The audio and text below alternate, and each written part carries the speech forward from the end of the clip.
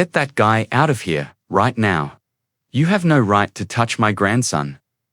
Dorothy Whitman aimed his manicured finger at Jerome Washington, who was still clutching the 7-year-old boy's hand tenderly, and her high-pitched voice sliced through the afternoon air like a dagger.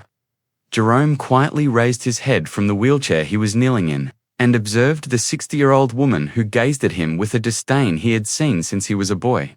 Beside him, still shaking his small arms, to the beat of the song Jerome had invented seconds earlier, little David smiled for the first time in months. David whispered in a frail voice, "Grandma, he was teaching me to dance," attempting to justify the guy who had just roused something inside his quiet world of physical constraints. When Dorothy Whitman, the current matriarch of the family, dynasty and widow of the telecommunications billionaire, witnessed his grandson engaging with that employee, she became enraged. For 10 years, 35-year-old Jerome Washington had been picking up rubbish in the affluent Beverly Hills neighborhood. He saw the youngster on the porch, always by himself, observing the street with eyes that seemed older than his own. Every morning, as he passed the Whitman mansion, Dorothy commanded, "Let go of his hand now," as his blue eyes glowed with controlled rage, "and never come near this property again." Jerome let David's hand drop gently, but he did not stand up right away. He had been collecting in that neighborhood for years and had become familiar with the signs, Dorothy's posture, the tone of her voice, and the little gestures that exposed decades of privilege were all used as tools of oppression. She had no idea how well he knew this kind of person. Jerome answered, "I understand perfectly, ma'am," in a respectful tone that only served to highlight the difference between her frenzy and his decorum. In an attempt to find the hand that had given him the sensation of mobility and freedom for the first time in 2 years, David reached out once more. There was nothing wrong with him. "David, please stop talking, Grandma. These things are beyond your comprehension," Dorothy interrupted, turning on the intercom in the mansion. "Come here now, security. We are in a predicament." Dorothy Whitman was unaware that Jerome Washington was not who she believed him to be. He had seen a lot more than a lonely boy on the balcony during his regular rounds during the previous 6 months. He had observed the heated debates through the open windows, mentally noted every guest who came and went from that house, and, most significantly, chronicled every instance in which David was treated less like a deserving child and more like an inconvenience. Fast-moving muscular guys in spotless uniforms that Jerome recognized from the private security firms that catered to the local wealthy. The 2 security guards arrived. Dorothy said, "Escort this man off the property. Additionally, make sure he knows he is not allowed to come back." With her hands still filthy from his morning's work, Jerome carefully got up and gave David a discreet wave. "Champ, see you later. Continue to practice the music you heard. All right." With eyes full of vitality that had lain dormant for so long, David returned the wave. Dorothy became even more furious after noticing the interaction. This man has the audacity to establish a relationship with her grandchild. Jerome gave the towering mansion one final glance as he was led away. His gaze hovered over the window on the second level, where David's father, Jonathan Whitman, the only heir to the family wealth, watched the entire event with an expression Jerome couldn't quite make out. Something was there. Perhaps guilt, or the realization that wrong is being done. However, Jerome was aware that when billions of dollars in inheritance were on the line, men like Jonathan hardly ever had the guts to challenge matriarchs like Dorothy. Dorothy yelled from the gate, "If you show up here again, I'll call the police." With the kind of menace that people like her had come to rely on as a first line of defense against anything that threatened her monopolized worldview. With a polite wave, Jerome went back to his truck. However, there was an indication in his eyes that he would continue to communicate with Dorothy Whitman. Don't forget to subscribe to the channel if you're following this tale of justice and transformation. What follows will demonstrate that underestimating others can be the most expensive error you ever make. Dorothy Whitman was a person who never left anything undone. She was on the phone with Richard Morrison, the city's waste collection department supervisor, the morning following the garbage collector incident, seeking an explanation for his staff unacceptable behavior. Morrison, Mr. using the authoritative tone she had developed during decades of dominating corporate boards. She announced, "I need the employee responsible for the Beverly Hills route to be transferred immediately to another area. He harassed my disabled grandson while trespassing on my property yesterday." Morrison was perplexed by the charge because he had known Jerome for years and was aware of his spotless reputation. "I can tell you, Ms. Whitman, that one of our best workers is Jerome Washington. He has never been the subject of any complaints from us." "Now you do," Dorothy interrupted. "And I'll make sure the city is aware of the precise type of service his company offers if you don't act right away." The danger was obvious. Over the years, Dorothy had donated hundreds of thousands of dollars to local political campaigns, and her connections were known to cost her contracts and employment. Morrison let out a deep breath and pledged to find a solution by the end of the week. Jerome, meanwhile, showed up for work without realizing the storm was building overhead. The child in the wheelchair and how his eyes had brightened during those brief moments of music and movement had been on his mind all night. The scars of a life few would imagine were visible in Jerome at the age of 35. A University of Southern California physical therapy graduate with academic honors. After a financial controversy involving his ex-wife, co-partner, who vanished with the entire investment, Jerome lost her private practice and was left with $200,000 in debt. Her credit had been ruined by the bankruptcy process, so she was forced to take the position of the white business partner who owned the nursing home. He vanished with all of the money, leaving Jerome with $200,000 in debt. His credit had been ruined by the bankruptcy process, so he had to work as a garbage collector to make ends meet while he attempted to start again. His grandparents had been jazz dancers in Harlem in the 1950s, and their love of dance and movement was what kept Jerome going. He used dance therapy skills she mastered during her graduate studies to assist with special needs children at a community center on the weekends. Morrison stated, "Jerome, I need to talk to you." After he had completed loading the vehicle, Jerome could tell something wasn't right by the gravity of his tone. Morrison attempted to mitigate the impact by explaining Dorothy's call, but the ramifications were obvious. "Look, I'm sure you wouldn't do anything improper, but this woman is quite powerful in the community. Until things settle down, I will have to move you to the industrial district route." As he processed the injustice of the situation, Jerome listened in silence. He was familiar with that dynamic. Regardless of the facts, a wealthy person's words had the power to transform the life of someone like her. "I know exactly what you mean, Mr. Morrison. On the new route, when do I begin?" "Monday. And I'm sorry, Jerome. You work well as an employee." Jerome couldn't get David out of his mind during the weekend. He was deeply upset by the thought of failing the youngster, who he knew was likely hoping to see him again. He chose to do something he didn't usually do: look into the Whitman family in more detail. Some interesting information was found after a brief online search. David's father, Jonathan Whitman, had lost his wife 2 years prior in a vehicle accident. The same accident had left David paraplegic due to spinal cord injuries.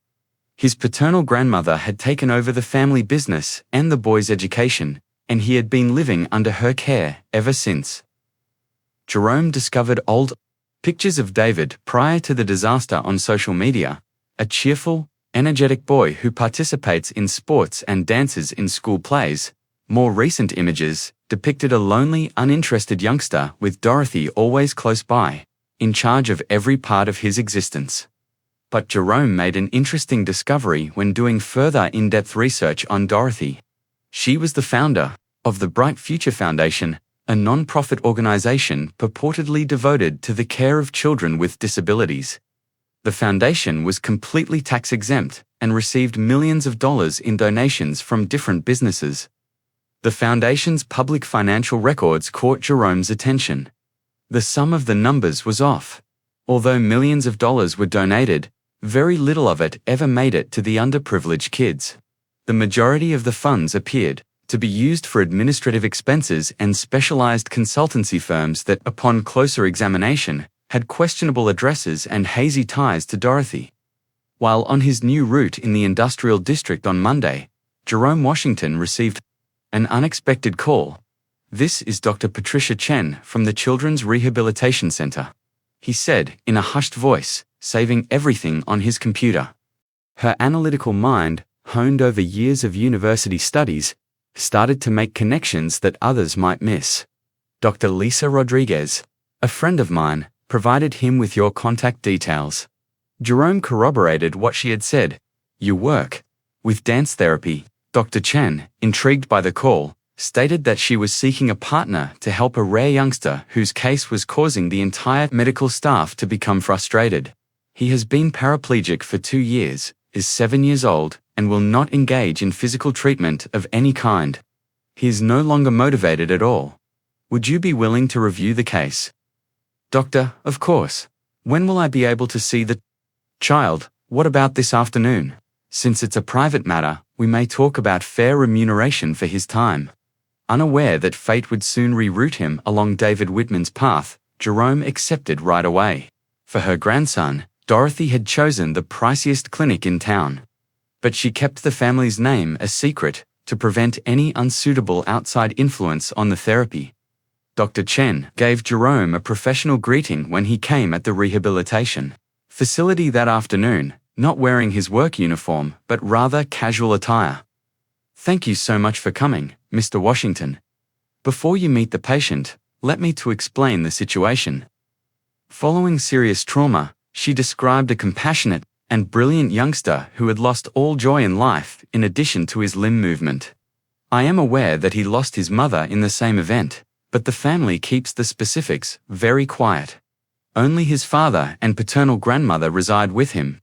For the first time in years, Jerome's professional experience was reawakened, and he listened intently. "And how has the therapeutic strategy been implemented thus far?" "Conventional, physical therapy. But he simply refuses to comply. He continues to act in a passive manner, as though he has given up on getting better. We are therefore considering an alternative, more imaginative approach."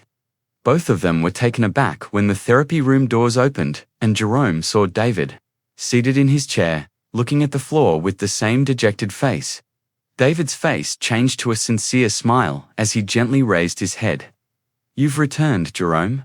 Dr. Chen glanced from one to the other in confusion. "Are you two acquainted?" Dorothy's strong connections did not extend to the private medical system, but she had been able to keep Jerome away from Beverly Hills garbage collection. The man she had kicked out of her land was now being employed to assist her grandson, which may be considered cosmic justice or just pure coincidence. Even though Jerome saw the irony of the situation right away, he remained composed. He told Dr. Chen that we had met briefly. "It's such a wonderful serendipity to see you here, David." David's eyes glowed with a vitality he hadn't displayed in weeks as he attempted to scoot his chair closer to Jerome. "Can you give me more dancing lessons?" The child's innocence showed more than Dorothy would have wished. His grandmother remarked, "You couldn't come to our house anymore, but now you're here." Dr. Chen started to realize that this fortuitous meeting was more complicated than she had first thought. "Mr. Washington, Mrs. Whitman never stated that David was previously acquainted with him. She even asked that the therapist be someone the family had never heard of before." Jerome gave a covert smirk. He had learnt from his 40 years of life that patience, strategy, and careful planning were often the keys to achieving true justice rather than open confrontation. And now, for the first time in months, he had the impression that everything he needed was falling into place. Being born with privilege teaches you about power but not about true toughness. So every humiliation Dorothy had inflicted simply strengthened the silent resolve that was developing inside him. Jerome served as David's therapist for the next 3 weeks, while posing as someone Dorothy was totally unaware of. The dysfunctional characteristics of that family become increasingly apparent with each session. The stifling control of a grandmother, who viewed her infirmity as a social humiliation, had robbed David of not only his leg movement, but also all possibility of independence. She claims that he is unable to perform some things because others will make fun of him. During a session when Jerome assisted David with motor coordination exercises, David revealed, "She responds, 'It's better for me to stay at home, away from the eyes of others.'" Jerome's ire grew with every new information, but he maintained his composed demeanor. Jerome was extremely moved by his mother's passing. "And how do you feel about that, champ?" "Sometimes I just want to be able to dance again, like before the accident. Mum used to say, I danced like a free bird." Through thorough discussion with David, he learnt that Dorothy had eliminated all pictures of the boy's mother from the house, banned any reference to her, and even stopped the dance lessons that David had adored before the disaster. "Dancing isn't for lads like me, according to Grandma. People will think strange things," she says. Jerome came to the conclusion that Dorothy Whitman had gone too far at that very moment. Isolating David from the outer world was insufficient. She was methodically destroying all the remaining happiness in the boy's life. Dr. Chen took Jerome aside for a private discussion during a coffee break.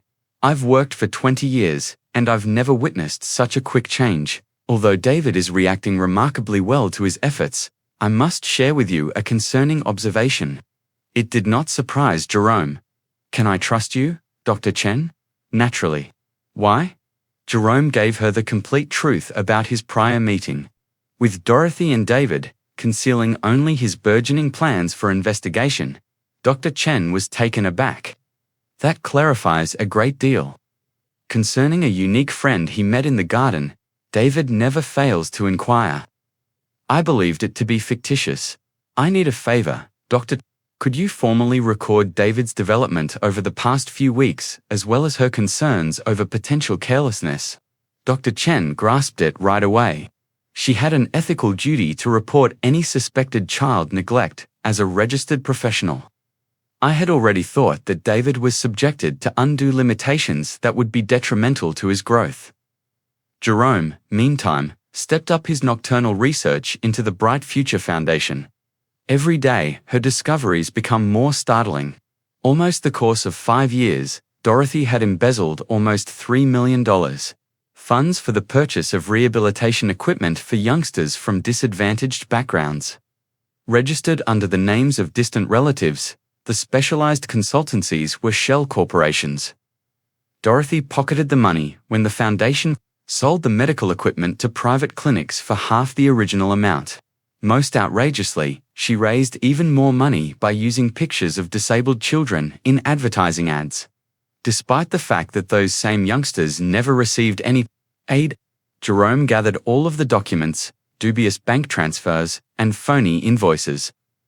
Her business management degree from the university, which she earned in addition to her physical therapy degree, had equipped her with analytical skills that Dorothy would not have thought a mere garbage collector would possess.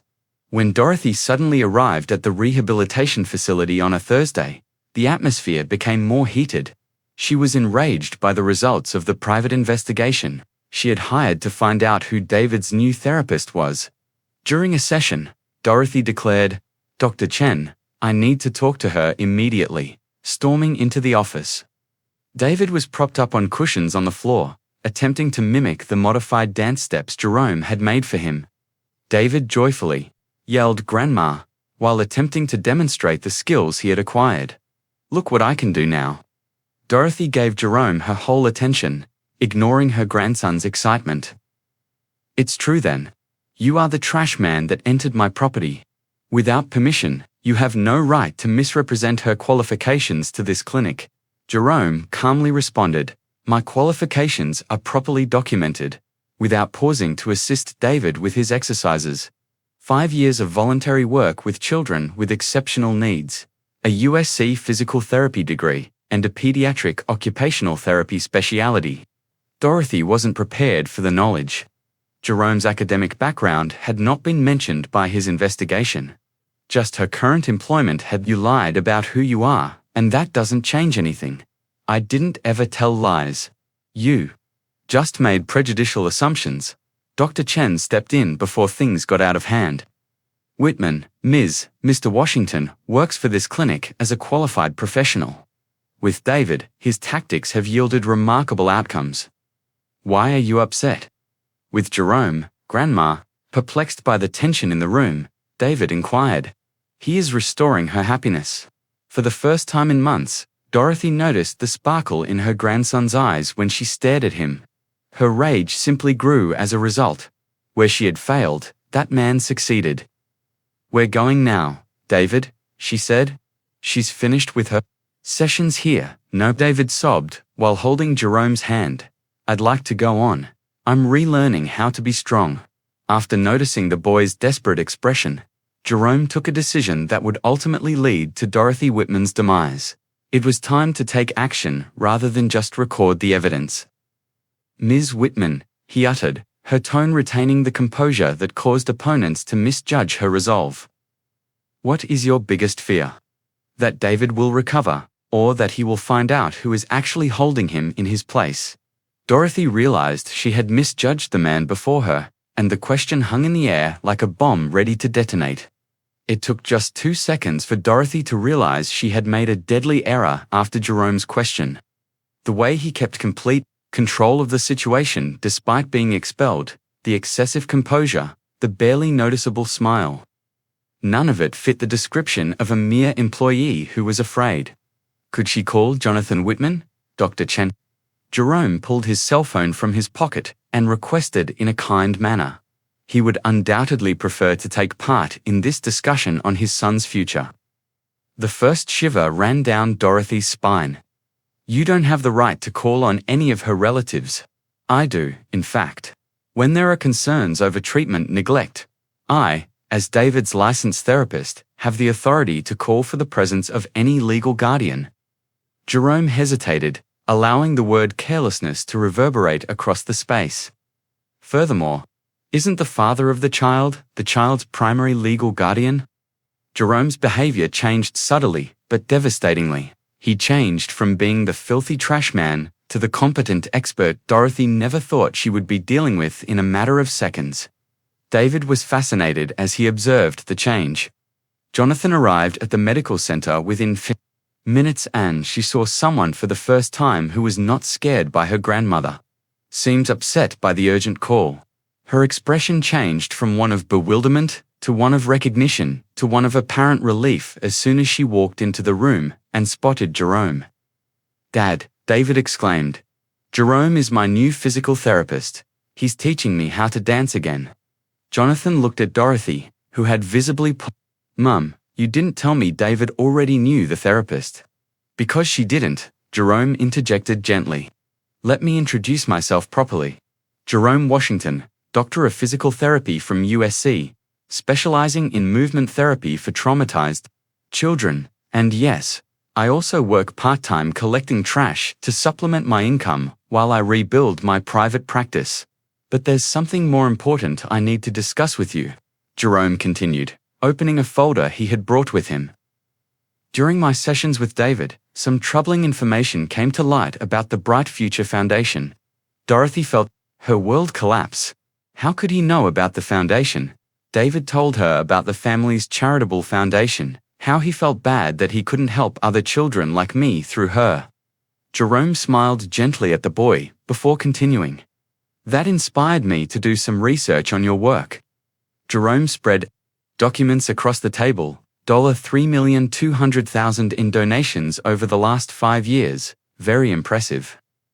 Medical equipment supposedly purchased at extremely high prices, but which never reached the public clinics it was intended for. Jonathan picked up one of the papers, his eyes widening as he saw the numbers. Mum, what is this? Shell companies registered in the names of distant relatives. Jerome continued methodically. Overpriced invoices for equipment that was resold to private clinics for half the price. A very sophisticated scheme, I must admit. Dorothy tried to regain control. These are absurd accusations. You have no authority to investigate his foundation. True, I didn't, Jerome agreed. That's why I contacted someone who does. The FBI received all this information anonymously last Friday. Curiously, he was already investigating embezzlement from charitable foundations involving disabled children. Dorothy's face turned from white to red in seconds. "You don't know who you're messing with." "Actually, I know exactly who I'm messing with," Jerome replied, her voice taking on a firmness that made even David realize that something monumental was happening. "I'm messing with someone who uses the image of vulnerable children to steal money intended to help them. Someone who keeps her own grandson isolated to hide his imperfection from society. Someone who considers people like me too inferior to deserve basic respect." Jonathan was reading the documents with an expression of growing horror. "Mum, these contracts. Did you really embezzle money from disabled children?" "I managed resources efficiently," Dorothy defended herself, but her voice was losing its usual authority. "You managed them so efficiently that you bought a $2 million summer home in Miami with money intended for wheelchairs for needy children," Jerome retorted, showing more documents registered in the name of her sister Helen. David watched everything with growing confusion. "Grandma, did you lie about helping other children like me?" The boy's innocent question was like a final stab at Dorothy's facade. Jonathan stood up abruptly, his anger finally finding courage. "Mom, you have 30 seconds to explain to me how you embezzled $3 million from a charitable foundation." "I don't owe anyone an explanation," Dorothy tried, but her voice was shaking. "Especially not in front of Anne, a physical therapist who graduated from the same university where he bought his honorary degree." Jerome finished, "From someone who grew up poor but maintained his integrity. From a black man you never considered capable of exposing your schemes." Dorothy was cornered, and she knew it. 40 years of privilege had not prepared her to face someone who combined intelligence, education, and determination with the life experience that comes from fighting for every achievement. "Jonathan," she said, playing her last card, "are you going to believe this man over your own mother?" Jonathan looked at David, who was smiling radiantly just from being near Jerome. Then at the documents that proved years of theft disguised as charity, and finally at the woman who had controlled his entire life. "Mum, you are dismissed from any involvement in my son's life, and tomorrow we will find a lawyer to return every penny stolen from this foundation." Dorothy let out a cry of rage and left the room, knowing she had just lost not only her source of illegal income, but also control over the family she had manipulated for decades. David was cheering enthusiastically as Jerome knelt next to him. "Jerome, does this mean you can keep teaching him dance?" "It means much more than that, champ," Jerome said, giving Jonathan a knowing look. The true surprise was yet to come, though, as Dorothy Whitman was not the kind to concede defeat without attempting one final desperate maneuver that would expose how much she had underestimated the man who had just destroyed his meticulously planned world. "It means that now you will learn that being different is not a limitation. It's a superpower." 6 months later, in the center of Beverly Hills, Jerome Washington inaugurated his brand-new children's rehabilitation facility. 50 children with impairments from low-income families received free care in the facility funded by the compensation Dorothy was compelled to pay following the FBI probe. David, who now joyfully talks about his development in adapted dancing, arrived every afternoon after school. His spirit had been fully released from the unseen bonds Dorothy had put around her, but her legs remained immobilized. "I completed the entire sequence today," David made the announcement while revolving his chair in ways that blended therapy and art. Jonathan's eyes were watering as he watched his son. Having thrown Dorothy out of the family business and David's childhood, he had discovered the full scope of the poisonous influence she had imposed on them both for years. "I never imagined seeing my son so content once more." In the meantime, Dorothy was charged with federal fraud involving charity institutions. His manipulative empire was utterly ruined. And at 70, he realized that privilege is only a home built on sand if it isn't accompanied by character. Jerome's clinic established itself as a national movement therapy model, demonstrating that real medicine blends technical proficiency with sincere empathy. His initial humiliation had become motivation for a mission that would transform hundreds of lives. When young people looked to Jerome for inspiration, she would always say, "The best response to prejudice is not anger. Even your adversaries are forced to acknowledge your grandeur due to your undeniable expertise." Dorothy attempted to ruin a man based on the color of his skin, but her own lackluster character ultimately destroyed her. Jerome discovered that the most effective form of retaliation is to soar to such heights that he must look up to see her, rather than disparaging the person who humiliated him. If this tale of triumphing against hardship has impacted your life, please subscribe to the channel to learn how even seemingly insignificant acts of discrimination can result in life transformations.